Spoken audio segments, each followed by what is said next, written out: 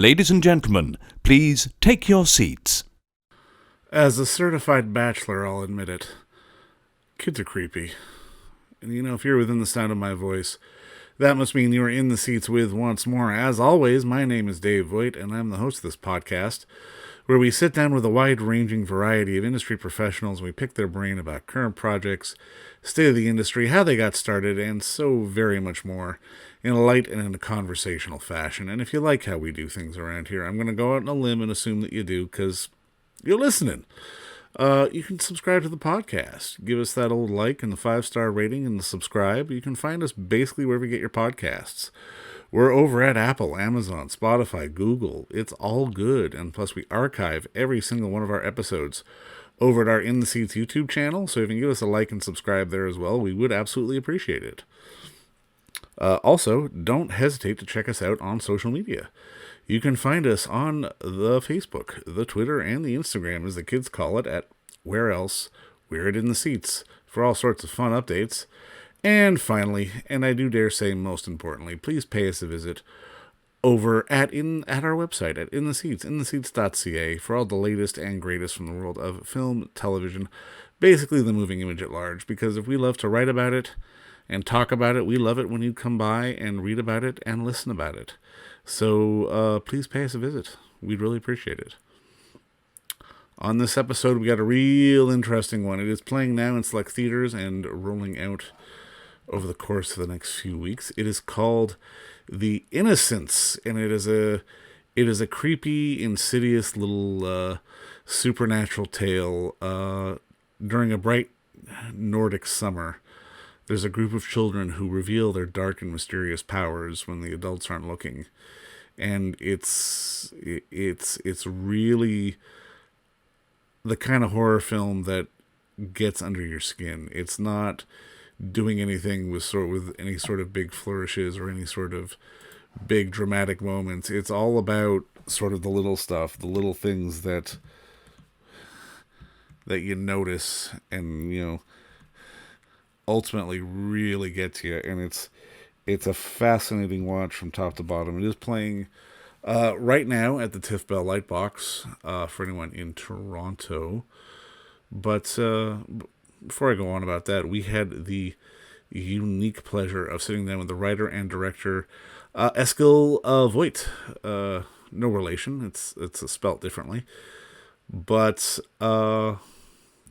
we talked about what the inspiration was for this, and sort of pulling these innocent kids into this dark and strange world is kind of what made it a little tragic and a little fascinating and really compelling to watch. And it's again, it's a great film if you're looking for something that's going to sort of get under your skin and really weird you out. It's from the co-writer of the man who co-wrote Thelma. He co-wrote The Worst Person in the World. He's done some fantastic stuff, and he's a talent in his own right. But go check out The Innocents in a theater near you. But enjoy our talk with Eskil Vogt first, because between you and me, it's a good one. No, I mean, obviously, first off, congratulations on the film, and I really enjoyed it. Walk me through, I guess, sort of the origin of it on your end.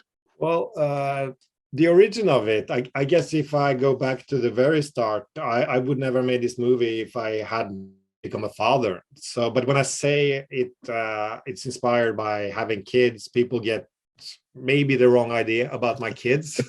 At least I hope my kids aren't doing all that when they're on their own. But my kids made me curious about childhood again, and they reminded me how different it is to be a child than to be an adult. It's so radically different. You experience the world in a completely other way. When you're an adult, you distance yourself from those strong, uncontrollable emotions. You kind of keep your imagination in check. You can distinguish between what's real and what's imagination. You have everything figured out, the physical laws and everything. But as a child, you're like in your emotion, you're in the moment, you are discovering new stuff every day. So your worldview is like extremely elastic. You're just open for sure whatever going to happen, And And I just felt with my kids as well that they might have this day, as a kid, you can live a lifetime during a day. Mm. And you go through that thing and that thing and that thing and that thing, and come home from school, and I ask my son, how was your day? And they have lived a million stuff, and most of it they already forgotten because they're in the moment, and the other stuff is just too complicated to put words on, so they go like, no, it was good, and that's it. And I kept thinking about, oh, okay, I'll start asking more specific questions, I'll try to get better answers, but still they can't really tell you about it because they live in a parallel world that you don't have access to. And I think that's where it started. I wanted to access that secret world of childhood and make a movie that took place inside of it. Well, I mean, I think that's what I really enjoyed about it, because I mean, it wasn't necessarily from the parents' perspective, it was from the children's. And I mean, the parents were sort of on the outside of this world. And you really created something that feels very big, even though it's like kids in apartments and that kind of thing. How important was it for you to make sort of this bubble and sort of the discoveries that these kids were going through feel almost overwhelming? Well, it's weird what feels overwhelming. It's I think a lot of movies go too far too soon, and instead of overwhelming you, you just tune out. You don't feel anything. You get numb to it, yeah. You get numbed by it. Yeah, it gets boring in a way. And in my movie, I want to make a movie about childhood, about the feeling of being a child, and building that world, and triggering like emotional, physical memories in the audience by showing like this close-ups of a finger picking at the scab and eating it, and maybe the spectator will remember doing that, and invest their feelings and their memories of being a child into the characters and into the world of the film. And that was more important to me than to make a scary movie. I wanted people to invest in it, to be with the characters, to be in their world.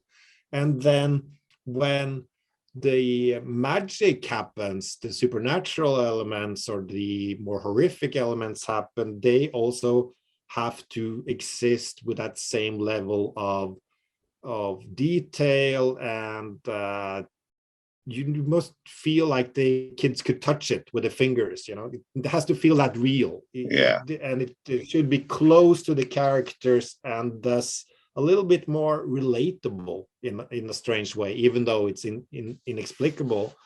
So I knew I wanted the film to go quite far into drama and life and death and whatever, but I also knew that I wanted it to be like a climax of life and death battle between the kids, and high stakes, and the spectator know that this will end badly, and then some parents walk by and they don't notice anything, they don't see what's going on, and I found that was interesting because I hadn't seen that in a film before, and you can easily now with CGI make all the windows in a building blow out by like this telepathic battle or whatever, right. It's a cheap shot compared to some of the pine needles levitating or whatever that we did, like in very small detail stuff, which is very complicated effects. But the moment those windows blew out, then the parents would notice and take the kids home. So the movie would be over. We needed it to be more low key, and I think I was surprised at how powerful a lot of people find my movie, because I was making it low key. And even the violence is more low key than most scary movies, But I think also going back to the overload, the numbing, when I watch a movie and someone is shot in the face and their head explodes, I almost laugh, because it's so absurd, and I have no physical memory to project into that, For sure. But I can see someone in a movie being hit on the finger with a hammer, and I'll feel it in my whole body. I feel that 100 times more than that head exploding. So it's also, if you keep things low key, you might have a bigger effect sometimes. Well, and I mean, I think you did that. And I mean, I think the power of it really comes through in the performance from these kids. And I mean, I'm kind of curious. I mean, I can imagine the casting process was interesting, but just directing as well, because you've got these kids who need to be growingly self-aware of what's going on, but at the same time, they're still kids and they're still sort of existing. That it's like reflecting on their own lives almost. Like, how did you find the right kids and sort of, I guess, maybe get the right performances out of them? Well, the thing is casting, to use time casting, and we, with the producer, we knew that that was the big challenge of this movie. I mean, it's a complicated movie in a lot of ways, but if all 4 kids were like top notch, and like the movie would be bad, it wouldn't work. So we had to find not just 1 but 4 kids who could be solid actors on maybe 30 to 40 days of shoot, and that wasn't easy. So we spent more than a year searching and working with the actors we found, and creating a relation with them and trust, and also learning them some tools of acting so they could get into the right emotion when they were on set. And it was a big job, and I think one of the things we did right also was that we were very open in casting. I was challenged by the casting director to kind of leave all my ideas of what the characters looked like behind and just look for the best kids. And then when you found some amazing kid, you have this energy to go back to the script and say, okay, can she fit in? I want to film her. She's amazing. And then suddenly my 2 brothers in the script became 2 sisters, and the other 2 changed their ethnicity because we found these amazing kids and we wanted them to be in the movie. Yeah. Well, that's fantastic. And I mean, it's one of those things in watching it creeps up over you. And I mean, again, not necessarily in a sort of scary quote unquote vibe, but more almost in that unsettling and almost that really very compelling way, because as much as you're starting to get unnerved, you're getting more invested in the characters. And I mean, I think that's what goes back to, we were just talking about sort of the subtlety of it and sort of the quietness of it. I mean, I think that's something, at least from my perspective as a fan, is a bit of a thread line through some of your work, because I mean, I see it in something like you did with Joaquin with Thelma. I mean, Even Worse Person, it's, we're not supposed to like this person, but by the end of the movie, we're very invested in this person. And I mean, I found that here as well. How important is it for you, just as a storyteller in general, to sort of give us as audience characters that aren't necessarily archetypal, but ones that we can get sort of invested in and feel real? Well, I think what you said, the last thing you said, is the key. How do you make him feel real? I think it's very exaggerated, the fact that you have to empathize and understand the characters all the time. I feel that's something that can make you create very uninteresting characters and very unreal characters and really make very easy choices. I think the characters just have to feel real and be interesting, and that means they have to have contradictions. They have to be idiosyncratic. And what I like is that I feel I like to be fascinated by a character when I watch it. And I don't like, oh, this is me, I feel exactly like this character, I know exactly why he or she does this. It's interesting with like, oh, she did that, why?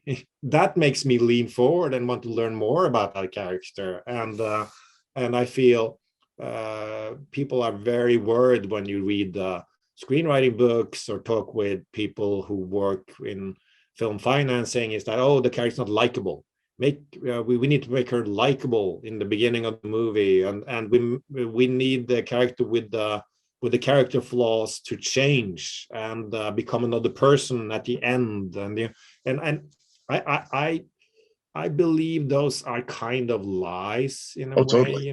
people Yeah, are, yeah, and I feel an obligation to just do it a little bit differently, and I like it a little bit differently. I feel like that character change is often so exaggerated. I mean, people change in real life, but usually very little. Even if they had a moment of insight, they keep going on a bit like before. And what I feel is that you can create something often in movies where instead of the character changing 180 degrees, your perception of them change. yeah, That you have an idea of who they are, for sure. and then you learn something and go, oh, that's why she's like that, and that's why she does that, and that make and at the end you will look at that character in a completely different way. And I think that is uh, as satisfying or even more satisfying than watching a character like be sympathetic with some identifiable character flaws and then change through a life-changing experiment, which For is sure. the kind of the way to do it in Yeah, no, for conventional sure. films. Now, I mean, just to start putting a bow on this, I mean, and this is just to sort of dovetail just what we were talking about. I always like to ask people if there was sort of a movie moment or a performance in something they saw that they were younger that sort of had the light bulb go off for them to make them get into this business. What was that lean in moment for you, sort of as a younger man watching films? I didn't have that one film. I had like a lot of films. I just fell in love with films, and coming from Norway, the idea of making films is so far removed. I mean, my family, there's no one working with anything creative. There was nothing like that around me. But I remember watching Back to the Future in the cinema, and I saw it Mhm. 3 times. And I remember finally convincing my mother to buy a VHS player, and I would just rent everything, starting with all the Hollywood movies. And when they were out, I reluctantly went to the European section and then discovered all the European stuff, and just being a film buff. And I remember, I think I was about 14 or 15. I was like, people make these, you know, can I do that? And I had this idea from that moment on that I want to make films. I had no idea how to access it because it was even harder than to access. You had to shoot on film if you wanted to Right. be Yeah. taken seriously or be accepted at the festival, and so it was felt very far removed. But it was the love of films that made me want to make films, but it wasn't that one experience. Well, you know what? I think the love of film shows up in your film here because you've done a really subtle and beautiful, but insidiously unsettling piece of work that I think audiences are going to be talking about for quite some time. I think you've done a great job, and thank you so much for the time today. This was fun, and again, congratulations on the film. Thank you. That's so nice of you. Thanks for those kind words, and thanks for spreading the word about the film. And don't forget to visit our friends over at Bay Street Video for all your DVD, Blu-ray rental, or purchasing needs this summer, as they are still open for curbside and some mailing delivery as well. Over at 1172 Bay Street, Toronto, Ontario, Canada, you can give them a call at 416-964-9088. That's 416-964-9088. Or send them an email at baystreetvideoto@gmail.com for any of your DVD and Blu-ray needs.